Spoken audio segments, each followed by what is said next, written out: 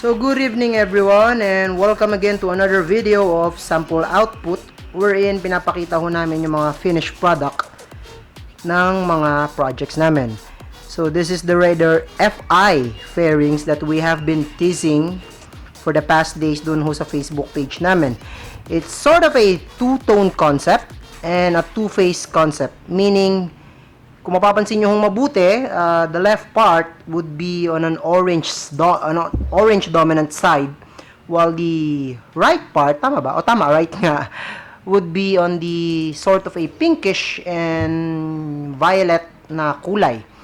Okay, so the brainchild of the two-phase concept was our client. So he approached us kung kaya namin gumawa ng ganun klaseng fairings, but at the same time, have it a bit more of a unique na output or somehow a bit of eccentric na technique ho namin. Okay, so what we did was, yun nga ho, aside from, we incorporated his two-phase concept into a two-tone concept.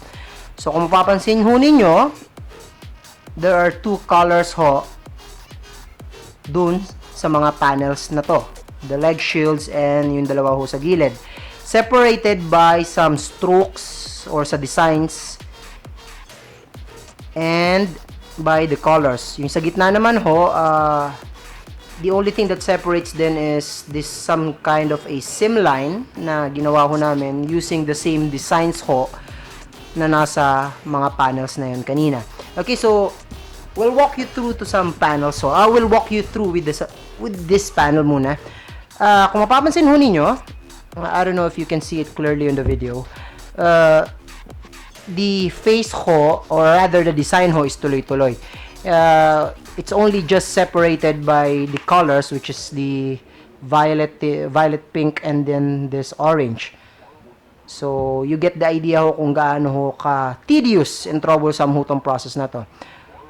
So same goes with this orange dominant na print na side, and also with those leg shields.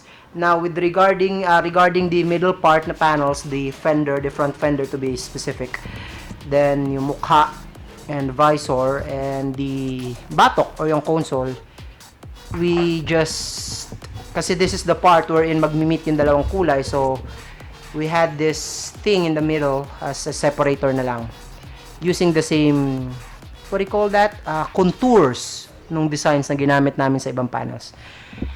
Okay, so from the looks of it naman, medyo nakuha namin yung gusto namin gawin. It's far from perfect. I'm telling you the truth, but somehow still a lot better than we expected. Okay, so we'll be sending this this fairing to the client tomorrow, and hopefully magustuhan ni sir.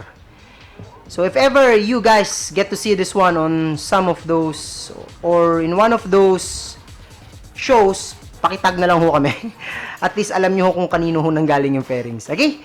So thanks again for watching. And by the way, we'll have another concept ho na motor na gagawin ho na ganito. But this time it's for an NMAX, and again the client gave us the liberty to choose whatever color we want and whatever pattern designs we want, and also kung anong klaseng distinguishable designs ang pwede namin gamitin. Okay, so that would be an NMAX in graphic chrome pala. So, stand by for that. Hopefully, bago matapos yung taon na to is matapos rin ho namin yan. Again, this is John signing off and thanks again for watching. We'll see you again. Bye!